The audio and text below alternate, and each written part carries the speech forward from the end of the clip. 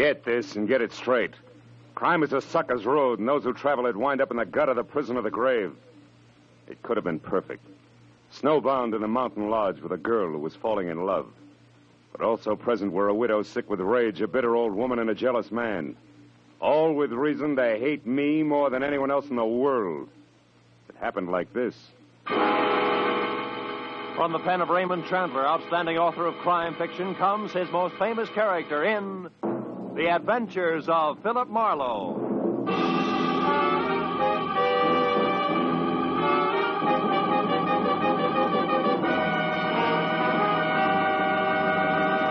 Now, with Gerald Moore, starred as Philip Marlowe, we bring you tonight's exciting story, The Grim Echo.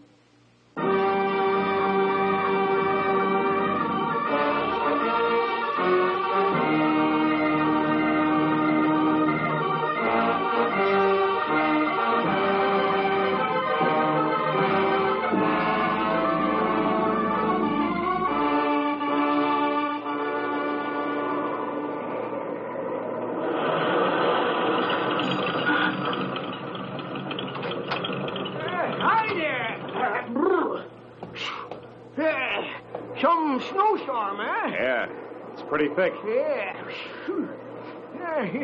You're lucky you caught me, son. Yeah? I was just closing up. What do you have? Better fill it with a regular, huh? Okay. Does that mean that you're aiming to go on? That's right. Got to get back to L.A. I wouldn't advise it, son. Old Jacker and sure wouldn't. Liable to hit 10 below, they say. Yeah? Where you been, skiing? Yeah, a week of it up at Angel's Roost. How's the road ahead? Well, you got 40 miles or nothing but mountains to the next town, you know. You're bound to get drifted over any time. Hey, why don't you blow that thing? Huh? What's the tariff? Oh, call it $3 even. You know, I've been running this Mobile gas station here for 20 years, and I know these storms are nasty. Oh, thanks. Yeah, I'll be all right. That's what you all say. Out on the road, you could freeze to death. Real easy. And this plaid shirt I'm wearing, you're ripping me, Pop. Listen, that shirt won't even start to keep you warm on a deserted highway in this blizzard.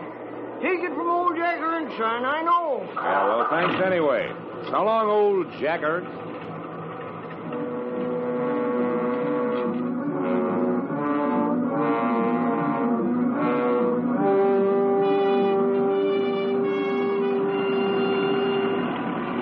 It took me a solid nerve-wracking hour to make 12 miles. And I began to realize just how right old Jack Ernst, the gas station boy, had been when the road ahead was lost completely in a constant racing blur of white. Transformed every rise into a treacherous barrier I had to batter my way through. With the chains on all four wheels chewing at the drifts, I managed to keep on the road somehow and plow out another 5 miles. And then I caught a glimpse of the first lighted window I'd seen in all that distance just as I started down the backside of a short, steep hill. And then it happened. First, the helpless feeling of a skid. Before I could do anything about it, I was off the road, in the ditch, nose first, and hood deep, in a culvert drifted full of snow. I forced the door open and floundered back up to the road. I knew there was no chance of getting the car out without help, and lots of it. And the 10 below zero that the Weather Bureau had bragged about was setting in. I looked back through the slashing snow for the lighted window I'd spotted and saw a lantern swinging crazily in the hands of somebody coming toward me. A minute later, I could see it was a girl. Hello? Hello, are you hurt? No, I'm okay. My car's stuck. I skidded off the road. Yes, I know. I watched it. Oh, my. No chance of getting it out of there tonight. No. That's bad. Maybe tomorrow, if the blizzard lets up, we can get you out. Meantime, you better come on up to the lodge, mister. Lodge? Uh-huh. You mean I slid off the road right in front of a tourist lodge? Oh, boy, how can I be that lucky? Well, maybe it's fate. We're not open for business in the winter, but on a night like this... I know what you mean, believe me. I really appreciate it. Could get tough staying out here. Oh, by the way, my name's Marlowe, Philip Marlowe. I want to pay you for... Did you say Philip Marlowe? Yeah, something wrong with What's you? your business, Mr. Marlowe? Oh, well, I'm a private detective from L.A. I've been Then it skiing. is you. I don't care where you've been or where you're going. You'll get no help from me, Mr. Philip Marlowe, you understand? I'd rather give shelter to a dirty dog. I hope you freeze. Do you hear? I hope you freeze to death. She was a thin girl with black, hollow eyes, full of hate for me. She didn't stop or look back all the way to the door, just ran in and slammed it shut. I couldn't understand it. Even on my worst day, my reputation never was that bad. I didn't wait around to worry about it because I was cold. Besides, I wanted to know why the good name Philip Marlowe was such poison at a place I'd never heard of before. I waded up to the heavy rustic door and looked in through a tiny window. All I could see was one corner of what had to be a big room. It was log, leather, and Navajo rugs, dominated by an enormous fireplace that filled every nook with a warm, dancing glow. Poison or no, I wanted in.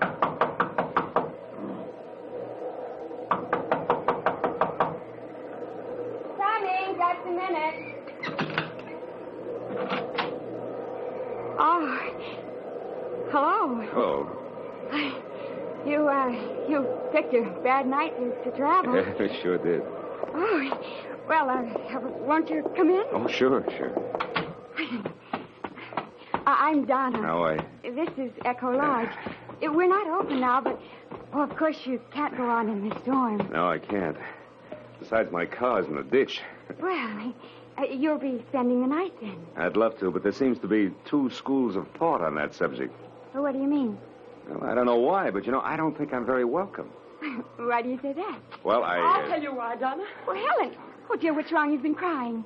Do you know who he is? No, we haven't gotten around to the magic of my name yet, Helen, but maybe you'll be good enough to tell Our me. name is Baraki. Does that mean anything to you?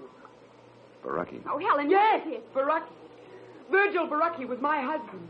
Virgil Baraki was Donna's brother, and Virgil Baraki was the man that you shot down and killed. Do you remember? I remembered all right. 6 months ago, a trail that led up a blind Los Angeles alley to a garage where stolen cars were switched. I remembered the pair of vicious blue eyes glaring at me over the sights of a blazing .45. And I remembered shooting back fast. When it was over, I was alive and he was dying. And later, the coroner's jury decided I'd killed in self-defense. The savagery here in the eyes of the woman who'd been Virgil Baraki's wife said that decision meant nothing. Is this true? Are you the one who... Yeah, it's true. I shot a man named Virgil Baraki. I had to or be killed by him. There was no choice. You liar. You killed him in cold blood. Now get out of here. You've done enough to us. Get out. Helen, stop it. Oh, Mama Baraki, listen, Mama. This is the man who killed Virgil. I know. I've been listening and I heard everything. Go find Ralph for me, Helen. Then you'd better go out to your workshop for a while. Did you hear me? I said this is the man. I said go call Ralph now, at once. Tell him to open the cabin. Then go back to your carving. Can't turn a man out in this weather, not any man. You'll stay, Mr. Marlowe. Thank you, Mrs. Baraki.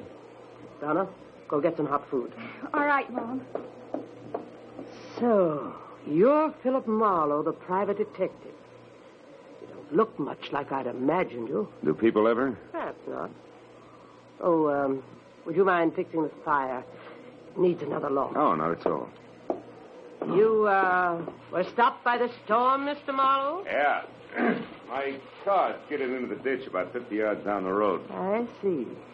Almost at our doorstep, you might say. A rare coincidence, isn't it? Almost too rare, Mrs. Baraki. I'm sorry the circumstances are painful for you. I've grown used to that kind of pain, having lost both a husband and a son. Fate up to now has never been very generous. Do you believe in fate, Mr. Marlowe? I don't know. Oh, some things happen for which there's no explanation, maybe, No explanation? Who knows? Perhaps everything happens according to a prearranged schedule. And for a purpose. Oh, come on. You don't really think I was deliberately shoved off the road at exactly this spot for a reason? Oh, you might admit it's strange, though, that there was a house nearby just when you needed one, and that it was our house. Oh, thank you, Donna. Oh, it's only soup, but it's hot and good, and it's fresh bread. The coffee will be ready in a few minutes. Go ahead, Mr. Marlowe. Sit down. It'll do you good. Thanks. Looks wonderful. In the meanwhile, I'll check up on Ralph. He should have the cabin ready by now. It's small, but you'll be comfortable. There's a fine big oil heater in it. I haven't worked one for years. You won't have any trouble. Tell me, who is this Ralph? Ralph Tolman, young fellow who lives near here. Ralph works for us in the summer. And looks after us in the winter. He's staying over tonight because of the storm. He was my son's best friend. Oh, don't let the soup get cold, Mr. Marlowe.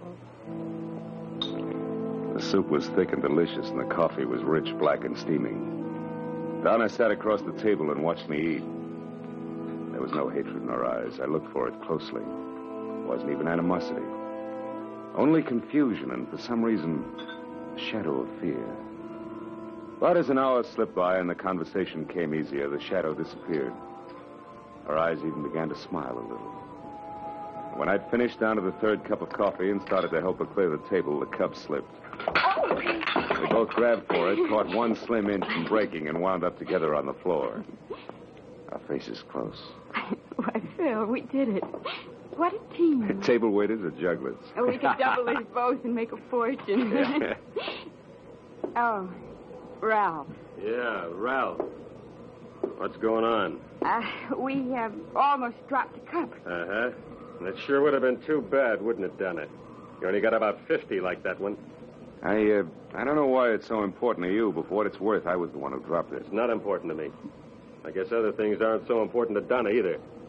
Think you can get it out to the kitchen now without any more help, Donna? Ralph, it's high time that you... Mrs. Baracki asked me to tell you the cabin's ready, Marlowe. Thanks. No thanks necessary, mister. It's just part of my job. Guess everybody's job has its lousy side, huh? Even a private detective's. Some of them get trigger happy, I heard. I'll see you, Donna. You better get out there right away, Marlowe. Donna's got 4 whole dishes to carry out. And at the rate she's been going, she ought to get started or she'll never make it. Keep your fat trap shut, Buster. You're causing a draft. Tolman walked behind me as far as the door and pointed through the snow to a tiny square of light sitting apart from the rest of the buildings that made up Echo Lodge. As soon as I was outside, he slammed the door against my back and bolted it. I stood on the porch and thought about the setup for a minute while I lit a cigarette. Then I stepped out into the snow and headed for the cabin. Halfway there, I could see it clearly. It looked snug and warm. And under the circumstances, I knew it was better for everybody that I was sleeping outside the main lodge. But then I saw a sudden flash and felt the impact before anything else.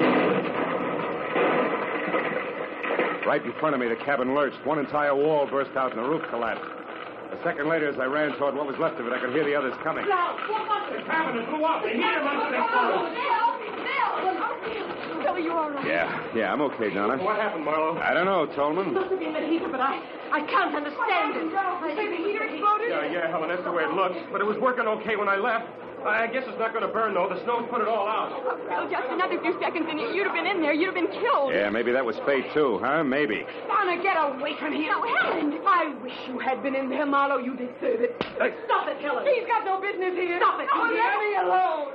Good Lord, after what he's done to us, how can you bear even to look at him? Oh, Helen, come back here. Let her go. This was an accident, Donna. An accident, you hear? They happened. Don't they, Mr. Marlowe? Oh, sure. Everybody knows accidents will happen, Mrs. Baracki. Of course, but... Oh, then let's get back into the house before we freeze to death. You can have my room now. I'll sleep with Donna. Come along, all of you.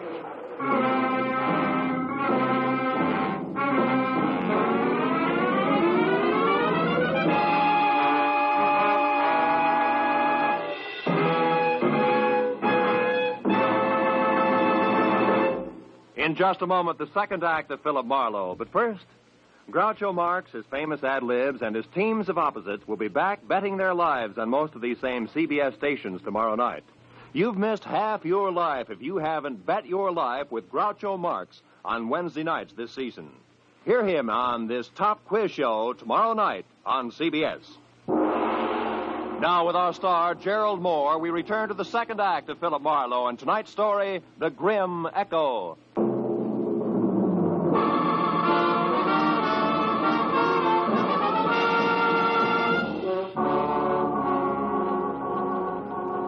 It was a dreary little procession that trudged back toward the lodge again from the shuttered cabin. I said nothing and pushed hard against the storm as far as the front door. When they were all inside, I ducked back into the biting blizzard and ran down to my car in the 38 I kept in the glove compartment there. I figured it would be a warning comfort through the long, cold night ahead. Until I saw that somebody else had figured the same way. The lock on the glove compartment had been sprung and the gun was gone. Now there was no doubt about the explosion. It had been no less accidental than Lucretia Borgia working over an after-dinner drink. As I hurried back to the lodge, I suddenly felt the kind of inside cold you can't ever blame on the weather around you. But a moment later, that same cold began to thaw. Because huddled at the edge of the lodge steps ahead was Donna.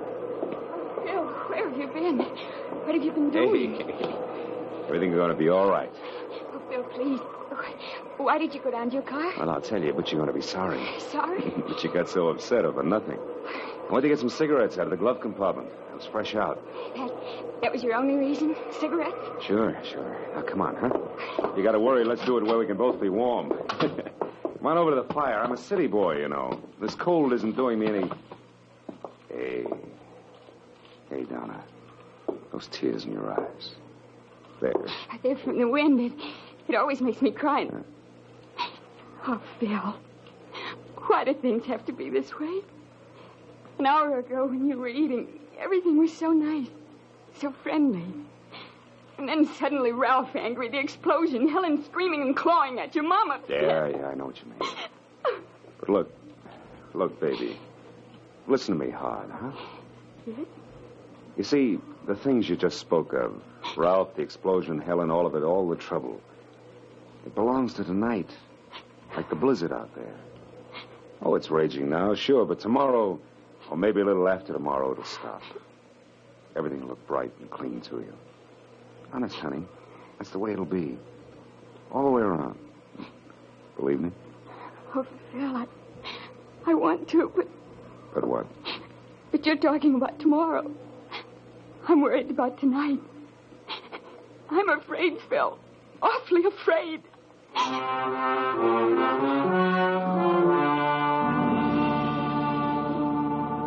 spent the next 10 minutes trying to convince Donna that there wasn't anything to worry about. And then when she'd gone to her room, I went to mine and started all over again, trying to convince myself. The out-of-season fireworks at the cabin and a gun stolen from my car made that a very tough proposition.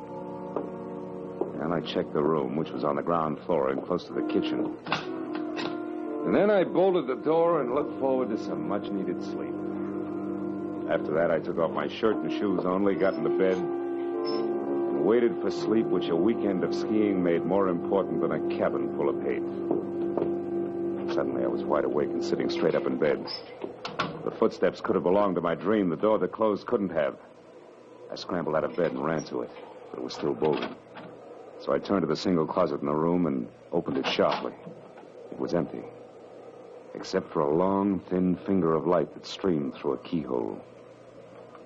A keyhole that belonged to a door at the rear of the closet that gave out onto the kitchen. Obviously, the closet had once been a pantry.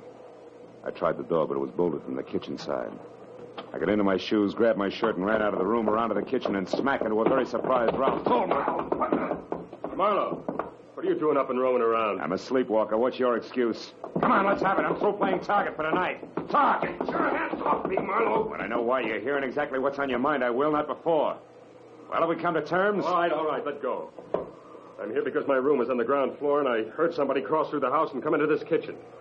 So I decided to investigate. You're a liar. You were in my room, Tolman, and you know it. You got in through the door that leads into the closet.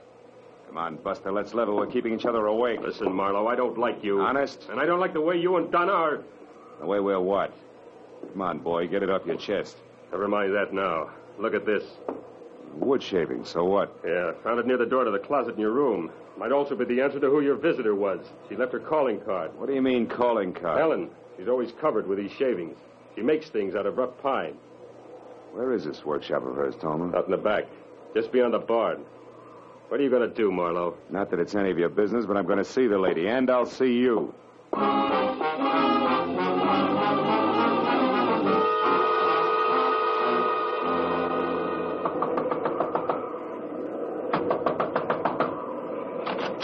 What do you want? Conversation, Helen, if you don't mind. Now, wait a minute, you. It's late. Close and I that door. I will not. And I will. get over there and sit down. We got a few things to clear up. Like what? The way you murdered my husband, perhaps? Cut it out. Stop it, Helen, or I'll push your arm off. No, Just as soon as you decide to behave. Those nails of yours draw blood, baby. Were they going to be good? Yeah. All right. Now sit down over there, away from those sharp chisels you work with, and keep your hands in your lap. Go on, that chair there. Very well, Mr. Marlowe. Anything to accommodate the man who murdered my husband. Which brings us right to the point. You deny it. You deny that you shot him down. I fired in self-defense. That's a rotten, stinking lie. You did it to feather your own nest, to be a hero to the police and the newspapers. You're wrong, Helen. I killed your husband because I had to. He was on the wrong side. Oh, don't make me laugh. You call trying to get money for his family, for me? You call that being on the wrong side? So much that he should have been killed, shot down by the likes of you? Oh, Mr. Marlowe, you have no idea how through these past 6 lonely months I've thought of you. I've wondered what you looked like, what the man who killed Virgil was doing, how you'd like to meet the same death you brought to my husband under the brave banner of law and order. Now, wait a minute. And Listen. don't think I didn't plan your death 1,000 times over. Don't think I didn't approach Mama Barucki, Ralph, even sweet little Donna with a delicious thought of revenge. No. No, they talk like you talk, Mr. Marlowe. Virgil was doing the wrong thing. He was caught. It wasn't right or wrong. It was him or me. Oh, you shut up and listen. Sure, Virgil was stealing, all right. Was stealing from me, his wife. That's why he left here.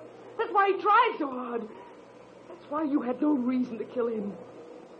And that's why you should die, too. Oh, that's also why we had an accidental explosion at the cabin I was supposed to sleep in, huh? I was clumsy. I was hasty. I won't be the next time. You're completely out of your mind, Helen. Out of my mind? Of course I am. Did you think this existence, this living without the man I love, could leave me otherwise? Did you think making these stupid souvenirs would take his place? Killing me isn't going to bring him back. You get out of here. Go on, get out. And if you can, Mr. Marlowe, go back to bed. While you wait for a chance to get me with my own gun, the gun you stole from my car? I'm not going to shoot you, Mr. Marlowe. That would only further disgrace the Barucki name. No, I'm not going to shoot you. But I am going to get you.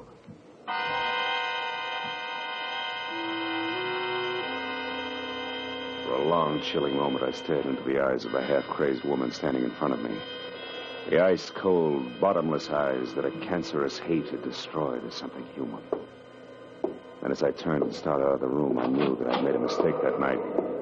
Virgil Barucki had died in my arms. A mistake I had to correct before it was too late.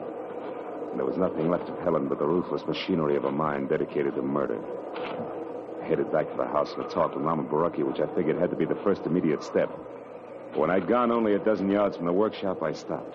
Bill, I'm over here. Donna, what are you doing out here? I couldn't sleep, Bill. I was too worried about you. And then when I saw you leave the house from my window and head for the workshop, Oh, Bill, your face. Oh, it was Helen. She got a little upset in there. A little? Oh, look at you. Your pocket ripped off your shirt, your face scratched. Oh, it's all right, Bill, Donna. she could have... No. Hey, my pocket ripped off. The gun. Oh, Bill, why did you tell me, please? Now, hold it, Donna. Give me a second. Yeah, sure, it adds all right. Now, look, get over there inside the barn and scream. Long and loud, huh? Scream? Yeah, it's our only chance. Go on, do as I say, Donna. Scream. All right. I'll do it, Bill, whatever you say.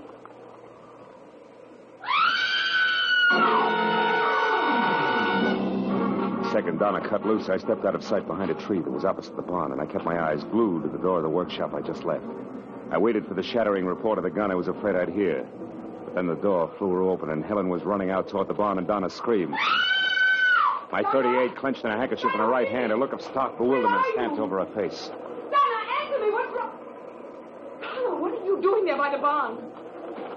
I don't know. What do you mean you don't know? Leave it to me, Helen. Let's have that gun back without further discussion. Yes. There. Now get back against that wall and don't move an inch. No.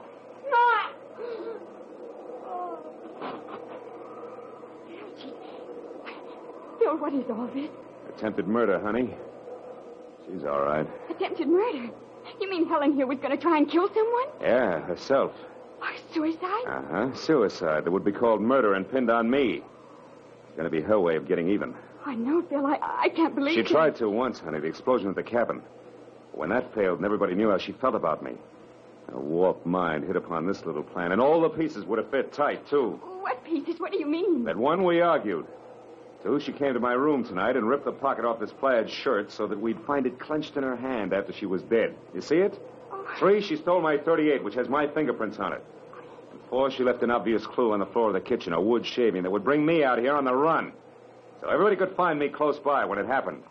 Oh, yeah, it was tight, all right. Tight as a hangman's noose. And then she was going to shoot herself, Phil, just after you left her. And that's why you made me scream? Yeah. And that's why now, Donna, later tonight, I'm going to tell her something that I intended to break to her gently. Oh. Something I was going to tell Mama Baraki first. You... Something I hoped would straighten her out. What, Phil? Well, your brother Virgil didn't die the moment he was shot, Donna. He lived long enough to ask one thing of me. What are you trying to say, Phil? But I never let Helen or you people here know about the woman he was in love with in L.A. The woman through whom I tracked him down. Oh, Phil. Yeah. Phil. Well, I guess it wouldn't be good for her if I was around too much? No, honey, not for a while, anyway. Wouldn't be good for any of us, huh? Come on, Donna, let's get her into the house. Yes. Yes, Phil.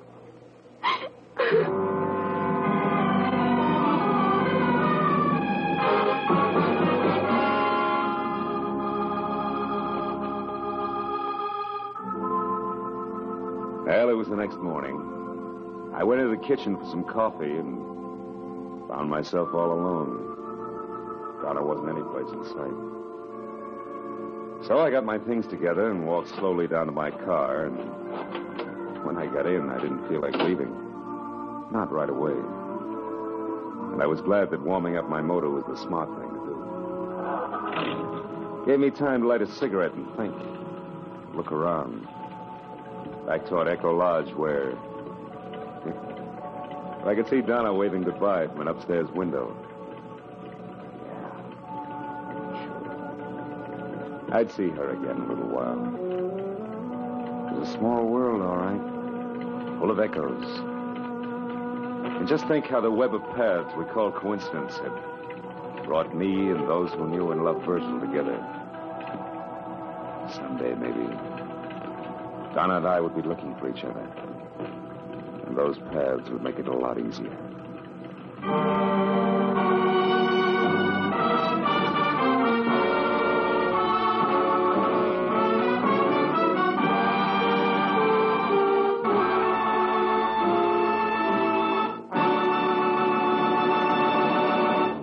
The Adventures of Philip Marlowe, bringing you Raymond Chandler's most famous character, star Gerald Moore, are produced and directed by Norman MacDonald and are written for radio by Robert Mitchell and Gene Levitt.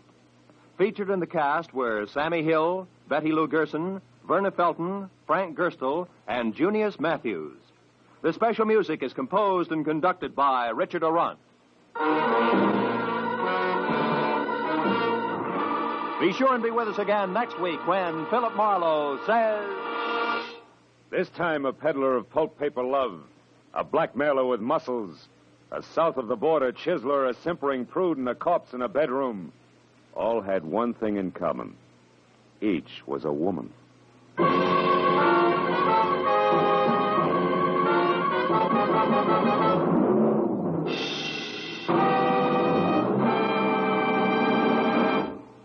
Al Jolson will pay another of those wonderful visits to Bing Crosby this Wednesday night.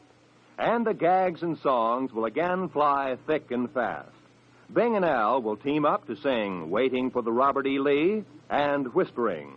And as for the gags, well, just tune in on most of these same CBS stations. Remember, that's this Wednesday night, the CBS Bing Crosby Show. This is Roy Rowan speaking. Now, stay tuned for Pursuit, which follows immediately on most of these same CBS network stations.